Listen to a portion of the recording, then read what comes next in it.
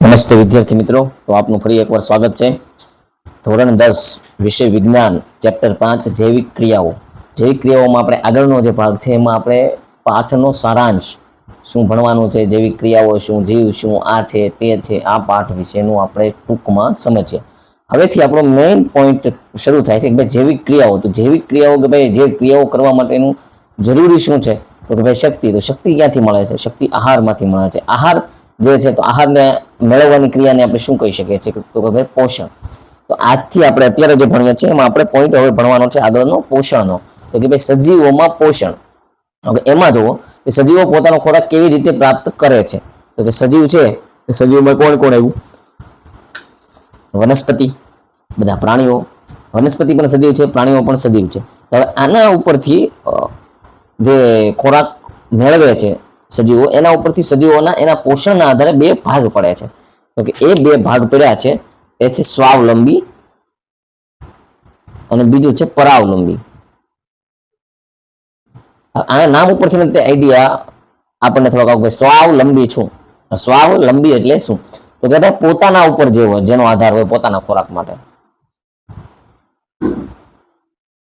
અને આ પરાવલંબી એટલે છે પર પ્લસ અવલંબી.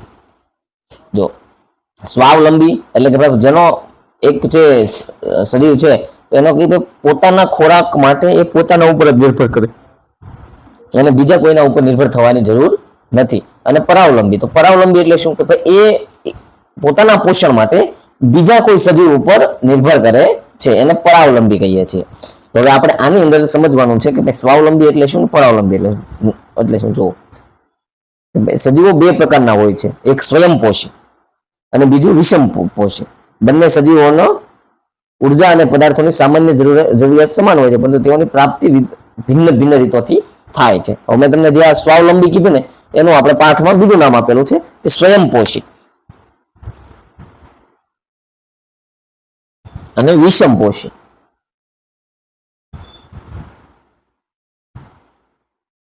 સ્વાવલંબી અને પરાવલંબી આ યુનિવર્સલ છે.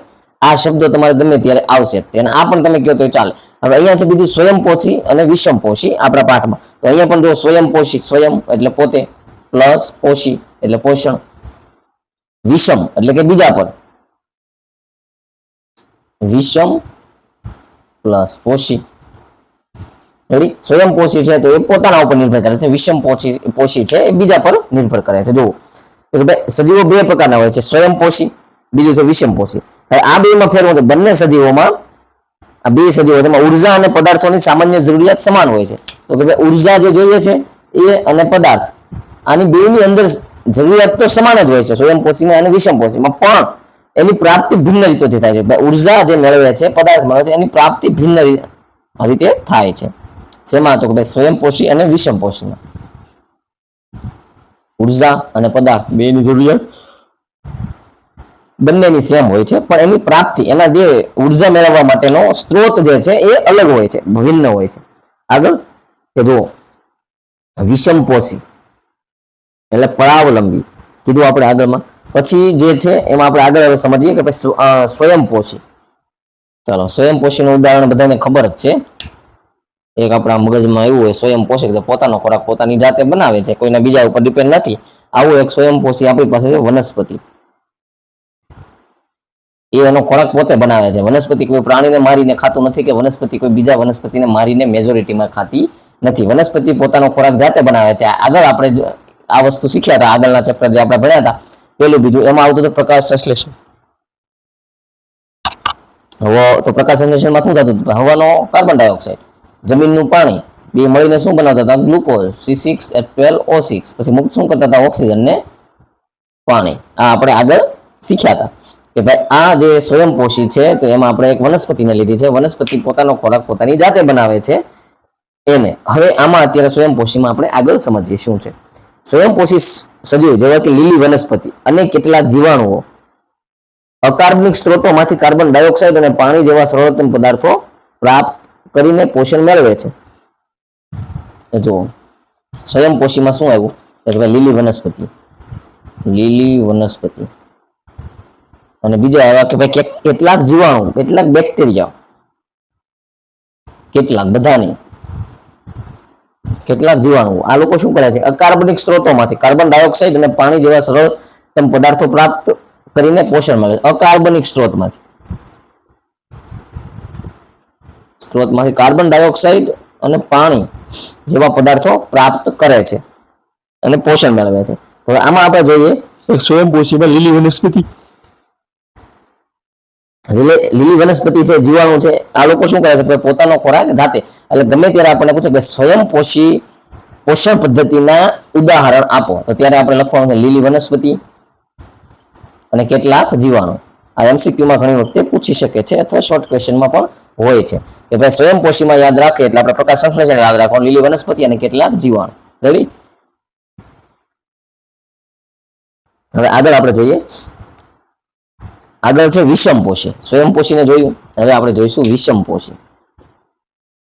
વિષમપોષી તો કે ભાઈ આનો આધાર બીજા પર હોય છે પેલા પોતે બનાવતા હતા એ નહીં ટૂંકમાં આવે વિજ્ઞાનની ભાષામાં વિષમપોષી સજીવો પ્રત્યક્ષ કે પરોક્ષ રીતે સ્વયંપોષી સજીવો પર આધારિત હોય છે તો કે ભાઈ આ છે વિષમપોષી સજીવો એ પ્રત્યક્ષ કે પરોક્ષ રીતે એ સ્વયંપોષી સજીવો પર આધાર રાખે છે હવે સમજો કે ભાઈ વિષમપોષી આપણે મનુષ્ય છીએ તો આપણે આપણો ખોરાક જાતે બનાવતા નથી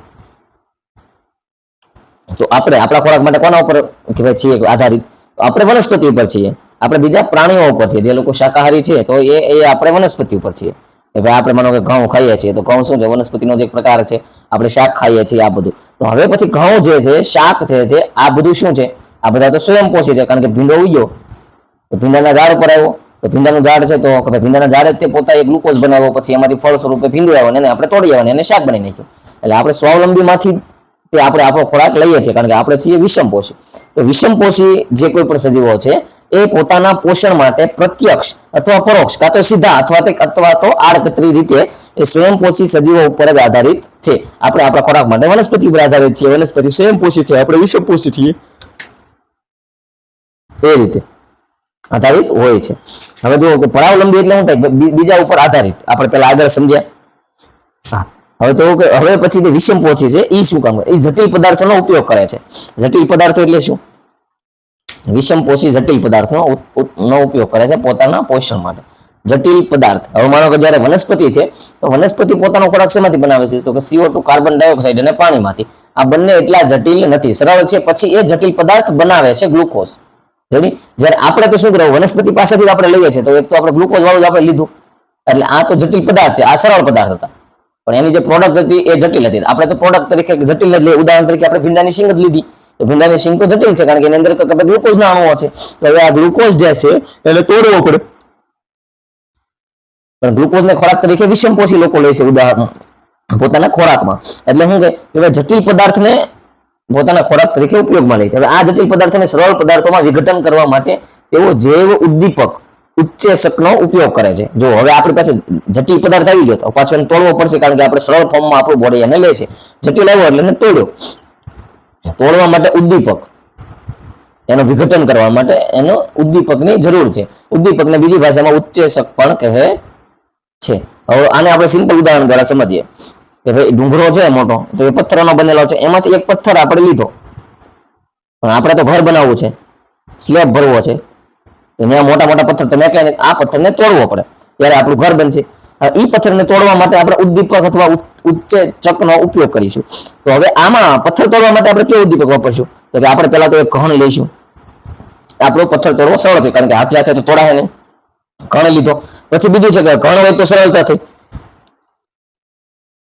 હજી આપણે આગળ જોઈએ તો આપણે સીણી લીધી સીણી જો આપણી પાસે આવી જાય ને તો હજી આપણને ઘણ કરતા પણ ઈઝી થઈ જાય કારણ કે સીણીને પથ્થર ઉપર મેકીએ અહીંયા આમ મેકીને ઉપરથી આપણે ઘણ માર્યો એટલે તરત એમાં તિરાડ પડીને પથ્થર તૂટશે એટલે આપણે એના જે નાના ટુકડાઓ થયા એ આપણા સ્લેબ ભરવામાં કામ આવશે એટલે એ અમે તમને એક સિમ્પલ ઉદાહરણમાં સમજાવ્યું આ તે આપણા શરીરમાં થાય છે પોષણની ક્રિયામાં થાય છે કે ભાઈ જટિલ પદાર્થને જ્યારે વિષમપોષી સજીવ લે છે પોતાના પોષણ તરીકે તો પેલું કામ આવે છે કે એને સરળ બનાવો સરળ કઈ રીતે બનાવે વિષમપોષી પદાર્થ જટિલ પદાર્થ લે છે એને સરળ બનાવવા માટે એને ભાંગવો તોડવો પડે તેનું વિઘટન કરવું પડે વિઘટન કોણ કરી શકે છે કે વિઘટન કરવા માટે ઉદ્દીપક વપરાય છે કે જે આપણે ઉદાહરણમાં સમજ્યા હતા કે ભાઈ ઘણ સીની હથોડો એ ઉદ્દીપક એને બીજી ભાષામાં ઉત્સેચક પણ કહે છે આ ઉત્સેચકોની ઉદ્દીપકોની મદદથી એનું વિઘટન થઈ અને સરળ પદાર્થ બને છે. જે જટિલ હતો કે નહીં પોષણની દ્રષ્ટિએ એ સરળ પદાર્થ બને. સમજાય છે ને? મતલબમાં કે ટૂંકમાં જટિલ ને સરળ બને છે. સ્વાવલંબી છે એ સરળ ને જટિલ બનાવે છે, જ્યારે વિષમલંબી પરાવલંબી છે એ જટિલ ને સરળ બનાવીને ઉપયોગમાં લે છે. આ જટિલ પદાર્થોને સરળ બનાવવા, વિઘટન કરવા માટે ઉદ્દીપકોનો ઉપયોગ થાય છે. હવે આવા સરળ પદાર્થો સજીવની જાળવણી અને વૃદ્ધિમાં કાર્યરત બની શકે છે. હવે જો માનો સરળ પદાર્થ બન્યો તો આ જ્યારે કોઈ પણ સજીવ છે એની જાળવણી માટે અને એના વૃદ્ધિમાં, હવે આપણે સરળ પદાર્થ બની નાખ્યો, માનો કે ગ્લુકોઝને તોડીને એમાંથી એન્ટ્રોપી ઉર્જાઓ મુક્ત કરી નાખી. ઉર્જા મુક્ત કરી કે એ ઉર્જાને આપણા કોષો યુઝ કરશે અને કોષોનો શું થશે? વૃદ્ધિ થશે, પોષણ મળશે, એટલે આપણો વિકાસ થશે, કોઈ પણ સજીવનો વિકાસ થશે. વિવિધ પ્રાણીઓ અને ફૂગ વિષમપોષી પોષણ દર્શાવે છે. તો કે ભાઈ વિવિધ પ્રાણીઓ, આ એના ઉદાહરણ છે વિષમપોષીના. અને ફૂગ કેટલીક ફૂગો પણ છે એ પણ વિષમપોષી ના ઉદાહરણો છે, વિષમપોષી. હવે જ્યારે આપણને સ્વયંપોષીના ઉદાહરણ પૂછે તો વનસ્પતિ અને કેટલાક જીવાણુ, અને વિષમપોષીના ઉદાહરણ પૂછે તો વિવિધ પ્રાણીઓ. મનુષ્ય પણ એક પ્રાણી છે, આપણે પણ એક પ્રાણી છીએ, સિંહ પણ એક પ્રાણી છે. એ જ રીતે વિવિધ પ્રાણીઓ અને ફૂગ આ વિષમપોષીના ઉદાહરણો છે કે જે પોતાના ખોરાક માટે બીજા પર નિર્ભર છે, બીજાના જટિલ પદાર્થને લઈને એના ઉપર એ પ્રક્રિયાઓ કરે છે અને પોતાનું પોષણ મેળવે છે. હવે તો કે જુઓ, આપણે સ્વયંપોષી અને વિષમપોષી બે આવતા તેના ઉદાહરણ છે. હવે આને ડીપમાં સમજીએ કે ભાઈ સ્વયંપોષી છે, સ્વયંપોષણ એટલે શું?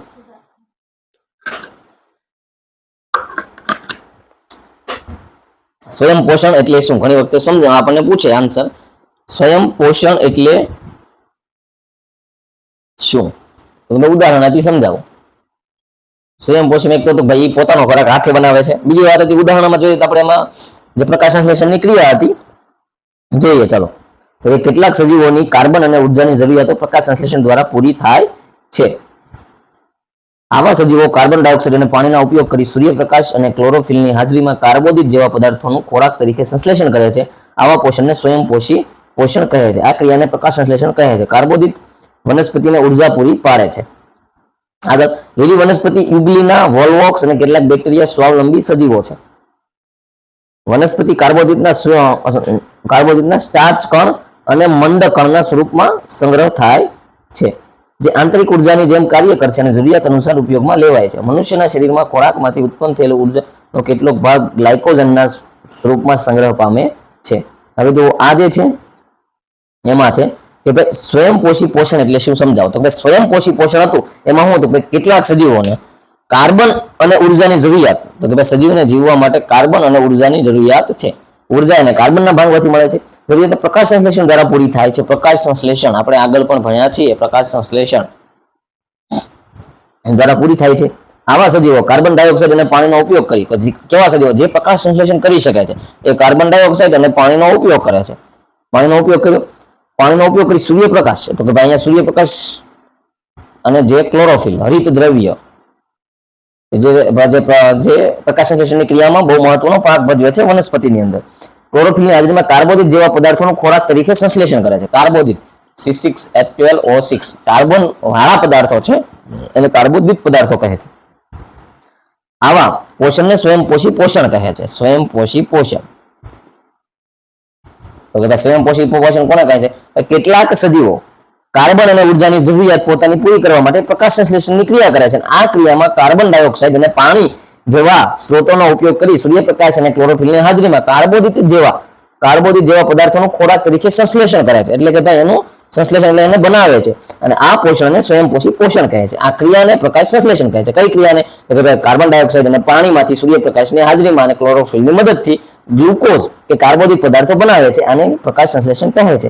કાર્બોદિત વનસ્પતિને ઉર્જા પૂરી પાડે છે. હવે જે કાર્બોદિત બન્યો ગ્લુકોઝ એ વનસ્પતિને ઉર્જા પૂરી પાડે છે. પછી હજી તો કે ભાઈ લીલી વનસ્પતિ, યુગ્લિના, વોલવોક્સ અને કેટલાક બેક્ટેરિયા સ્વાવલંબી સજીવો છે.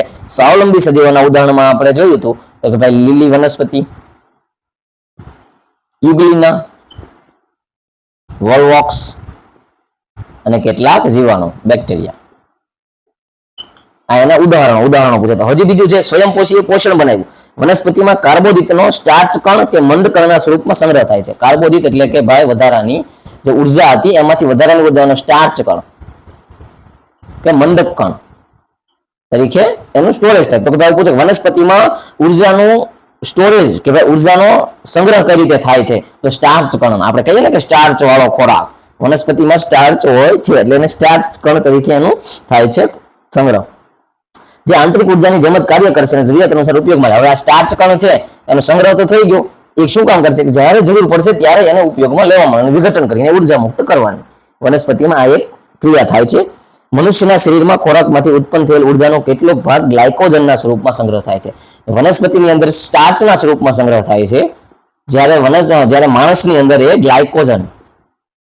ગ્લાયકોજનના સ્વરૂપમાં ઉર્જાનો સંગ્રહ થાય છે. વનસ્પતિમાં સ્ટાર્ચ અને મનુષ્યમાં ગ્લાયકોજન, આ બંને યાદ રાખજો, ઇમ્પોર્ટન્ટ છે. હવે આગળ આપણે ભણવાનું છે વનસ્પતિમાં થતી પ્રકાશ સંશ્લેષણની ક્રિયાની સમજૂતી સમીકરણ સાથે આપો. હવે પ્રકાશ સંશ્લેષણ કરતા હતા તો પૂછે કે વનસ્પતિમાં થતી પ્રકાશ સંશ્લેષણની ક્રિયા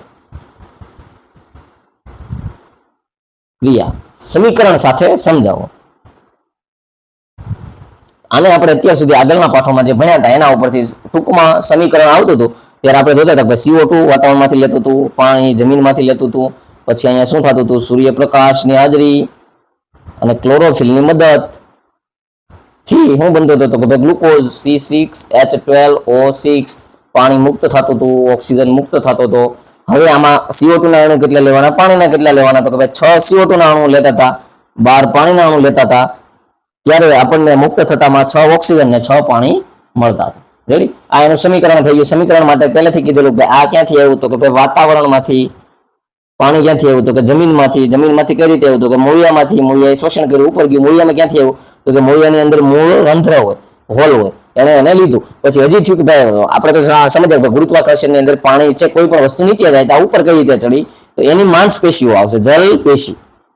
વનસ્પતિના જલપેશી હોય છે જે જમીનમાંના પાણીને એ એના થળ ભાગથી પર્ણ ભાગ સુધી પહોંચાડે છે. હવે આમાં શું હતું, વનસ્પતિ શેની બનેલી છે, પર્ણ, પ્રકાંડ અને મૂળ.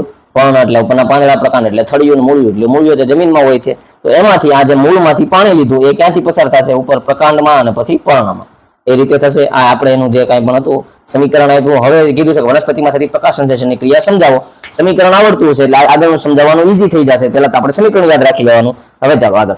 લીલી વનસ્પતિ કાર્બન ડાયોક્સાઇડ અને પાણી જેવા પદાર્થોનો ઉપયોગ કરી, પાણી જેવા પદાર્થોનો ઉપયોગ કરી સૂર્યપ્રકાશ અને ક્લોરોફિલની હાજરીમાં, સૂર્યપ્રકાશ અને ક્લોરોફિલની હાજરીમાં કાર્બોદિત જેવા પદાર્થોનો, એટલે કે આ ગ્લુકોઝ બન્યો એ કાર્બોદિત જેવા પદાર્થોનો ખોરાક તરીકે સંશ્લેષણ કરે છે. આ ક્રિયાને પ્રકાશ સંશ્લેષણ કહે છે. સંશ્લેષણ એટલે સર્જન. હવે આ ક્રિયાને કે ભાઈ ગ્લુકોઝ બનાવવાની ક્રિયાને, કાર્બોદિત બનાવવાની ક્રિયાને પ્રકાશ સંશ્લેષણની ક્રિયા કહે છે.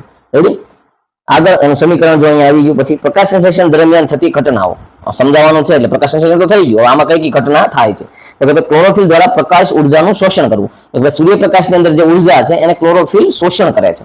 ક્લોરોફિલ દ્વારા પ્રકાશ ઉર્જાનું શોષણ થવું. પહેલા તો શું છે કે આ પાંદડું છે, આ પાંદડું આના ઉપર કે ભાઈ આપણે પ્રકાશ ઉર્જા આવી, તો આની અંદર જે પર્ણની અંદર ક્લોરોફિલ છે કે નહીં, એનું કામ શું છે કે આ ઉર્જાનું શોષણ કરવું. એ ઉર્જાનું શોષણ કરશે તો જ આગળ એ કે ભાઈ બીજી પ્રોસેસમાં કામ લઈ શકશે. જ્યારે CO2 અને પાણીનું પ્રક્રિયા થતી છે ત્યારે પછી રૂપાંતર પ્રકાશ ઉર્જાનો પછી આગળ માનો કે જ્યારે ઉર્જા લઈ લીધી, શોષણ કર્યું, પછી પ્રકાશ ઉર્જા આવી ગઈ છે કોની પાસે, તો કે ભાઈ ક્લોરોફિલ પાસે, પર્ણ પાસે. હવે શું કરે, પ્રકાશ ઉર્જાને રાસાયણિક ઉર્જામાં રૂપાંતરણ કરવી. આ જે પ્રકાશ ઉર્જા આવી અને રાસાયણિક પ્રક્રિયા થાય છે કાર્બોદિત બનવાની, એટલે એને રાસાયણિક ઉર્જામાં એનું પરિવર્તન કર્યું, રૂપાંતરણ કર્યું. પછી અને પાણીના અણુનું હાઇડ્રોજન અને ઓક્સિજનમાં વિઘટન કરવું. આ જે પાણીનો અણુ છે એનું હાઇડ્રોજન અને ઓક્સિજનમાં વિઘટન કરવું. તો જો અહીંયા ઓક્સિજન મળી ગયો, આનું હાઇડ્રોજનનું વિઘટન કર્યું, એ ગ્લુકોઝ બનાવવામાં કામ આવ્યું, કાર્બોદિત બનાવવામાં કામ આવ્યું. હવે કાર્બન ડાયોક્સાઇડનું કાર્બોદિતમાં રિડક્શન થયું. છેલ્લે શું છે કે કાર્બન ડાયોક્સાઇડ છે એનું કાર્બોદિતમાં રિડક્શન થયું. રિડક્શનમાં ઓક્સિજન ઉમેરાણો, હાઇડ્રોજન ઉમેરાણો, ઓક્સિજન દૂર થયો. આવા બધા ઓક્સિડેશન રિડક્શન થતું જ. પણ આપણે જોતા પ્રકાશ સંશ્લેષણમાં ઓક્સિડેશન અને રિડક્શન બંને થાય છે, એટલે રેડોક્સ પ્રક્રિયા છે. એ આપણે આગળના સમીકરણો વાળી પ્રક્રિયામાં જોયું છે. હવે તો જો અહીંયા આપણે જ્યારે કહીએ છીએ કે વનસ્પતિમાં પ્રકાશ સંશ્લેષણની ક્રિયા સમીકરણ સાથે સમજાવો, પહેલા આપણે સમીકરણ લખી નાખવાનું. સમીકરણ લખાશે એટલે ખબર પડશે કે કાર્બન ડાયોક્સાઇડ પાણી છે, સૂર્યપ્રકાશની હાજરી છે, ક્લોરોફિલ છે. તો એમાં પહેલું સ્ટેપ શું થાય છે કે જે ક્લોરોફિલ છે એ સૂર્યપ્રકાશમાંથી ઉર્જા લે છે. હવે એની ઉર્જા આવી ગઈ, ઉર્જા આવશે તો એ શું કરશે, જેની કોઈ પણ ઉર્જા આવે તો એ શું કરશે, ઉર્જાનું રાસાયણિક સ્વરૂપમાં રૂપાંતરણ કરશે. રાસાયણિક સ્વરૂપમાં રૂપાંતરણથી પછી આગળ શું થાય છે તો કે પાણીનું શેમાં થાય છે રૂપાંતરણ, તો કે ઓક્સિજનમાં અને હાઇડ્રોજનમાં વિઘટન થઈ ગયું. પાણીનું ઓક્સિજન અને હાઇડ્રોજનમાં વિઘટન થઈ ગયું આગળ, તો પછી જોઈએ તો કાર્બન ડાયોક્સાઇડ છે આનું કામ તો થઈ ગયું, તો કાર્બન ડાયોક્સાઇડ નું કંઈક કામ થવું જોઈએ. કાર્બન ડાયોક્સાઇડ નું કાર્બોદિત માં રિડક્શન થાય છે. રેડી, એટલે આ પ્રક્રિયા થઈ. એટલે આ આપણને જ્યારે ક્વેશ્ચન આ પૂછે છે વનસ્પતિમાં થતી પ્રકાશ સંશ્લેષણની ક્રિયાઓ સમીકરણ દ્વારા સમજાવો, ઉદાહરણ દ્વારા સમજાવો પૂછે છે, આ બહુ મોસ્ટ ઇમ્પોર્ટન્ટ છે. યાદ રાખજો, ન સમજાણું હોય તો કોમેન્ટમાં જણાવજો, જ્યાં અટવાઓ ત્યાં પૂછી લેજો. કોઈ એવી આમાં બાંધછોડ છે નહીં, તમે હું બધા શીખવા જ આવ્યા છીએ. ચાલો આગળનો પોઈન્ટ છે કે આ પ્રક્રિયા થતી હતી ક્યાં થતી હતી? પર્ણમાં. તો પર્ણનું કંઈક આવવું જોઈએ. તો કે પર્ણરંધ્ર કે વાયુરંધ્રની રચના અને તેનું કાર્ય જણાવો. તો કે પર્ણની અંદર પર્ણરંધ્ર, રંધ્ર એટલે હોલ, છિદ્ર, હોલ, કણ. પર્ણરંધ્ર એટલે કે ભાઈ પર્ણની અંદર આવેલું રંધ્ર, પર્ણની અંદર આવેલું છિદ્ર, પર્ણની અંદર આવેલો હોલ, પર્ણની અંદર આવેલું કાણું. હવે આ ઈ કાણું નથી જે આપણને કે ભાઈ મોટું નરી આંખે દેખાય છે. આ ઈ છે કે જેમ આપણા શરીરની અંદર, આપણી ચામડીની અંદર રૂવાટીઓ હોય છે, પણ આપણી ચામડીની અંદર કાણા હોય છે જે આપણને પરસેવો બહાર કાઢે છે. આપણે પરસેવો જોઈએ કાઢે છે, એ આપણે નરી આંખે દેખાતા નથી. એવા આ પર્ણની અંદર હોય છે. આપણે જે નરી આંખે પર્ણમાં જે કાણા દેખાય છે કે નહીં, એ કાં કે ભાઈ એમાં કોઈ કે ખાધી હોય, ઈલ ખાધી હોય, કાંઈ કોઈક આપણી જેવા અપલખણા છે એમાં કંઈક મારેલું હોય કે ભાઈ એવું કઈ કોઈ ભાઈ ધારદાર ઓલું કે એક ડાળ લઈને અંદર મારી દીધેલી હોય, હાથકડું ખૂતાયું હોય, જે હોલ પીડા હોય, ઈ પર્ણરંધ્ર નથી, ઈ વાયુરંધ્ર નથી. વાયુરંધ્ર નરી આંખે દેખાતા નથી. ઈ વાયુરંધ્રની આપણે અત્યારે વાત કરવાની છે. ઈ વાયુરંધ્ર કેવા હોય છે? તો વાયુરંધ્રની પણ એક રચના હોય છે. એ વાયુરંધ્રની રચના, મારી આકૃતિ ખરાબ છે, હું તમને તો દોડીને સમજાવું છું. આ વાયુરંધ્ર થયો. હવે આ બીજો એક અહીંયા આપણે દોરી નાખીશું વાયુરંધ્ર. રેડી, પછી આના અંદર છે ને થોડીક કારીગરી કરીશું આપણે. રેડી, હવે આની આપણે બોર્ડર બનાવીશું.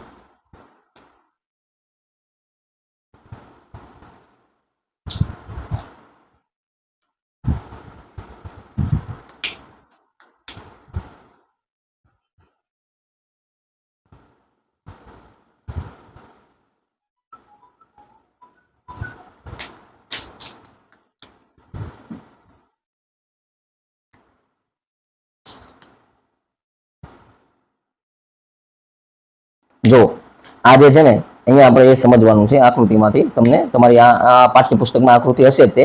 આમાં શું છે કે ભાઈ આ જે આ છે આ ખુલ્લું વાયુરંધ્ર છે, વાયુરંધ્ર. આ છે બંધ વાયુરંધ્ર છે, રંધ્ર છે. ખુલ્લું છે એટલે જો આમાં ગેપ આવેલા છે, આ છે. પછી હવે જો આ જે લાલ કલરના મેં બતાવ્યા છે ને બંનેમાં, આ બે છે રક્ષક કોષો, ભાઈ જે એનું રક્ષણ કરે છે વાયુરંધ્ર. પછી જે અહીંયા જે આ વચ્ચેનો સેન્ટર ભાગ છે કે ને બેયનો, આ બંનેનો, એ શું છે? એ વાયુરંધ્ર છે. શું છે? એ વાયુરંધ્રીય છિદ્ર છે, વાયુરંધ્રીય છિદ્ર. જે નરી આંખે મને તમને નથી દેખાતો એ છે. પછી જે અહીંયા દેખાય છે, જે આ ગેપ છે, આ અહીંયા શું હોય છે? હરિતકણ. હરિતકણ હોય છે, જે આપણે જોયું આની હાજરીમાં આમ થાય તેમ થાય, એ બધું જોઈએ ને હરિતકણ. આ જો આકૃતિ છે, મને આવડી એ પ્રમાણે દોરી છે. મારું એટલું બધું ચિત્રકામ પાકું નથી, પણ તમારી ટેક્સ્ટ બુકમાં તમે જોઈને તમારે તમારું ચિત્રકામ પાકું કરવાનું છે. એમાંથી આ સમજવા માટે મેં દોરી છે. જુઓ, ચાલો. આ શું હતું? પર્ણરંધ્ર કે વાયુરંધ્રની રચના અને એનું કાર્ય. આનું કાર્ય અને રચના. તો પર્ણની સપાટી પર અસંખ્ય સૂક્ષ્મ છિદ્રો આવેલા હોય છે, જેને પર્ણરંધ્ર કહે છે અથવા વાયુરંધ્ર કહે છે. આ મેં તમને જયારે કીધું હતું ભાઈ, જે નરી આંખે નથી દેખાતા, અસંખ્ય હોય છે પર્ણમાં. જેમ આપણી ચામડીમાં પણ હોય છે, એમ પર્ણમાં બધા સજીવોની અંદર આવા રંધ્રો હોય છે. પ્રકાશ સંશ્લેષણ માટે વાયુઓનો મોટા ભાગનો વિનિમય આ છિદ્રો દ્વારા થાય છે. હવે વિનિમય એટલે શું? વિનિમય એટલે કે આપ લે. વિનિમય એટલે કે વાયુઓની આપ લે, પણ વિજ્ઞાનની ભાષામાં એને આપણે વિનિમય કહીએ છીએ. તો કે આ પ્રકાશના જે વાયુ સિંધ્રો છે, વાયુરંધ્ર છે, વાયુરંધ્ર છે, પર્ણરંધ્ર છે, આનું કામ શું છે? પ્રકાશ સંશ્લેષણ માટે મોટા ભાગના વાયુઓનો વિનિમય. તો પ્રકાશ સંશ્લેષણ છે તો શું થાય? CO2 લે છે પ્લસ ઓક્સિજન મેકે છે. તો આનો જેનો જે વિનિમય થાય છે એ આ પર્ણરંધ્રો દ્વારા થાય છે મોટા ભાગનો. પછી આગળ છે મૂળ અને પ્રકાંડ. મૂળ જમીનની અંદર આવી ગયું, પ્રકાંડ એટલે ગથડી. સપાટી પર આવા છિદ્રો આવેલા હોય છે, જેને વાયુરંધ્ર કહે છે. પર્ણમાં હોય એને પર્ણરંધ્ર કહે છે, જ્યારે મૂળ અને પ્રકાંડ એમાં હોય છે એને વાયુરંધ્ર કહે છે. આ છિદ્રો દ્વારા વાયુઓનો વિનિમય, આપલે તેમજ પાણીનો વ્યય પણ થાય છે. પાણીનો વ્યય આ છિદ્રની આસપાસ રક્ષક કોષો રહેલા હોય છે. આ લાલ છે ને એ રક્ષક કોષો છે. જે કોઈ પણ છિદ્ર છે એની આસપાસ રક્ષક કોષો હોય છે. જ્યારે પ્રકાશ સંશ્લેષણ માટે કાર્બન ડાયોક્સાઇડની જરૂરિયાત હોતી નથી ત્યારે વનસ્પતિ આ છિદ્રો કે રંધ્રોને બંધ રાખે છે. પ્રકાશ સંશ્લેષણ માનો કે જ્યારે બંધ હોય, તો હવે કે એક પ્રકાશ સંશ્લેષણ આપણે ઝાડવામાં બંધ થતું હશે, તો વૃક્ષમાં એ બંધ થાય છે. ક્યારે બંધ થાય છે? પ્રકાશ સંશ્લેષણ માટે જરૂરી છે પ્રકાશ. તો આપણે આપણા જીવનમાં પ્રકાશ ક્યારે નથી હોતો? તો રાત્રિ દરમિયાન. તો રાત્રિ દરમિયાન CO2 ની રિક્વાયરમેન્ટ પર્ણને હોતી નથી, કારણ કે પ્રકાશ સંશ્લેષણ થતું નથી. તો રાત્રિ દરમિયાન આ જે પર્ણરંધ્ર છે એ બંધ હોય છે. શું કામ? કારણ કે ત્યારે તો કોઈ જરૂર જ નથી કાર્બન ડાયોક્સાઇડની, કારણ કે પ્રકાશ સંશ્લેષણ પ્રકાશની હાજરીમાં થાય છે. તો પ્રકાશ જ નથી તો કાર્બન ડાયોક્સાઇડ. તો આપણે કેવું છે કે જ્યારે કોઈ આપણા ઘરમાં મહેમાન કે કોઈ આવવાનું ન હોય તો આપણે ઘરનું બારણું બંધ કરી દઈએ. એ જ રીતે પર્ણરંધ્ર બંધ થઈ જાય. બંધ થઈ જાય એટલે CO2 નું આવવાના દરવાજા બંધ થઈ ગયા. રેડી? આ રીતે કરે છે. પછી હજી આના ઉપરથી એક વસ્તુ છે ઇમ્પોર્ટન્ટ, કે ભાઈ જો રાત્રિ અને દિવસ, તો કે ભાઈ રાત્રિ છે, આ દિવસ છે. દિવસે તો પ્રકાશ સંશ્લેષણ થાય છે, આનું પ્રકાશ સંશ્લેષણ થયા કર્યું તો CO2 ની રિક્વાયરમેન્ટ પડી, ઓક્સિજન બનાવી કર્યો. રેડી? પછી બીજું છે રાત્રિ દરમિયાન પ્રકાશ સંશ્લેષણ થતું નથી, પ્રકાશ સંશ્લેષણ થતું નથી. રેડી? તો ત્યારે CO2 ની રિક્વાયરમેન્ટ નથી અને ત્યારે O2 બનતોય નથી. આમાં બને છે દિવસ દરમિયાન CO2 ની રિક્વાયરમેન્ટ છે, O2 બને છે. તો આપણે જોયું છે તો રાત્રિ દરમિયાન શું થાય? તો રાત્રિ દરમિયાન જે દિવસ દરમિયાન વૃક્ષ ઓક્સિજન વાયુ મુક્ત કરે છે, રાત્રિ દરમિયાન CO2 વાયુ મુક્ત મળે છે. કારણ કે એના જે શ્વસનમાં જે લેતો હતો CO2 અને જે મતલબ જેના શ્વાસમાં CO2 લેતો હતો, ઉશ્વાસમાં O2 બહાર કાઢતો હતો. એ પ્રક્રિયા વહી ગઈ. હવે શું થાય છે ભાઈ? એના ઉશ્વાસમાં CO2 મળે છે બહાર કાઢવા, આપણી જેમ જ. એટલે ઘણી વખતે આપણને કહે છે કે રાત્રિ દરમિયાન વૃક્ષ નીચે ના સૂવું જોઈએ. તો શું કામ? કારણ કે એ ત્યારે CO2 વાયુ મુક્ત કરે છે. CO2 એક તો વાતાવરણમાં છે અને આ વૃક્ષ સ્પેશિયલ પાછો મુક્ત કરેલો, એના નીચેનો જથ્થો વધારે હોય તો આપણને શ્વાસ લેવામાં તકલીફ પડે, કારણ કે ઓક્સિજન ઓછો હોય એટલે તકલીફ પડે. એના માટે ઘણી વખતે આપણને કહે છે કે રાત્રિ દરમિયાન વૃક્ષ નીચે બેસવું પણ ના જોઈએ કે સૂવું પણ ના જોઈએ. પણ હજી એક એવું વૃક્ષ છે કે જે 24 કલાક ઓક્સિજન પૂરો પાડે છે. એવો વૃક્ષનું નામ છે પીપળો. જે વૃક્ષની નીચે બુદ્ધને એનું જ્ઞાન પ્રાપ્ત થયું હતું, પીપળો. એટલે કહે છે કે પીપળોમાં શ્રી કૃષ્ણ ભગવાનનો વાસ છે. પીપળો એક જ એવી વનસ્પતિ છે જે 24 કલાક ઓક્સિજન મુક્ત કરે છે. તો એની અંદર સાહેબ એવી પ્રક્રિયા નહીં ભાઈ, એની અંદર જે પ્રકાશ સંશ્લેષણ નથી થતું તો શું છે? એ વિજ્ઞાનનું રહસ્ય છે કે ભાઈ એ કેમ થાય છે. પણ પીપળો 24 કલાક ઓક્સિજન પૂરો પાડે છે. એટલે રાત્રિ દરમિયાન પીપળાના વૃક્ષ નીચે સૂઈ શકીએ. અને આપણા જે ધર્મગ્રંથો છે, કે જે આપણું જે વિજ્ઞાન છે, ભારતનું વિજ્ઞાન છે, કે જે બધાથી સવાયું છે, એ વિજ્ઞાન એવું કહે છે કે ભાઈ પીપળામાં શ્રી કૃષ્ણ ભગવાનનો વાસ છે. શ્રી કૃષ્ણ ભગવાનનો વાસ છે.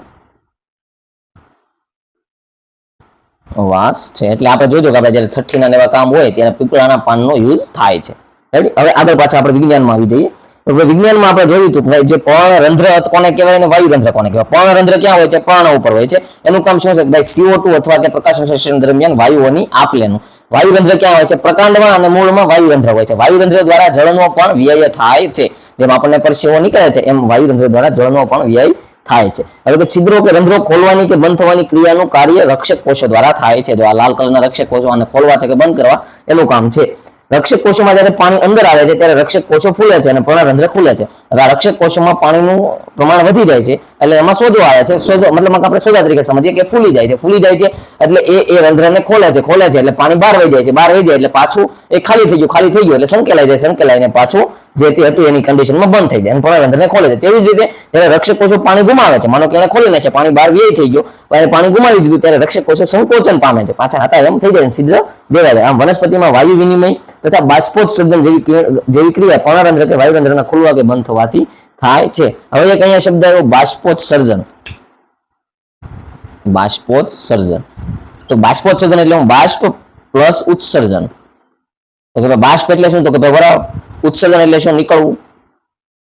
આ ક્રિયામાં બાષ્પોત્સર્જન થાય છે, વરાળ સ્વરૂપે પાણીનું નીકળે છે, એનો વ્યય થાય છે અને બાષ્પોત્સર્જન કહે છે. પછી હજી જે હતું કે વાયુરંધ્ર છે એમાંથી પાણીનો વ્યય થાય છે, એવું નથી પાણીનો જ વ્યય થાય છે, ત્યાંથી વનસ્પતિની અંદરથી જે બગાડ નીકળે છે એનો પણ ત્યાંથી વ્યય. જેમ કે આપણે બાવળમાં ગુંદર જોયો હશે, લીમડામાં ગુંદર જોયો હશે, એ વાયુરંધ્ર મારફતે તે જે નીકળે છે, પણ એ એક વનસ્પતિના જે દ્રવ્યો છે કે જેની વનસ્પતિને જરૂર નથી એને ત્યાંથી બહાર કાઢે છે. તો હવે આપણે અહીંયા શું સમજ્યા કે પર્ણરંધ્ર સમજ્યા, વાયુરંધ્ર સમજ્યા. પર્ણરંધ્ર એટલે શું? વાયુરંધ્ર એટલે શું? પર્ણરંધ્ર ક્યારે ખુલે છે? વાયુરંધ્ર ક્યારે ખુલે છે? ક્યારે બંધ થાય છે? આ બધું આપણે સમજ્યા. ક્યાંય પણ તમે અટવાણા હોય તો કોમેન્ટમાં જણાવજો, એ સમજાવવામાં આવશે. પછી ટૂંકમાં આપણે આની અંદર આખામાં શું સમજ્યા કે પોષણ એટલે શું? તો કે સજીવોમાં પોષણ, કઈ રીતે તેના કેટલા પોષણને લઈને કેટલા ભાગ પડ્યા તો કે ભાઈ સ્વયંપોષી, વિષમપોષી. સ્વયંપોષી પોતાનું હાથે બનાવી નાખે. સ્વયંપોષીના ઉદાહરણ તો કે ભાઈ વનસ્પતિ, કેટલાક જીવાણુ વિષમપોષીમાં તો કે બધા પ્રાણીઓ આવી ગયા, અમુક ફૂગ આવી ગયા, બધા વિષમપોષી છે. પછી તો કે ભાઈ સ્વયંપોષી જે હતા, સ્વયંપોષીમાં જે આપણે માનો કે વનસ્પતિ આવી, તો ભાઈ વનસ્પતિ પોતાની અંદર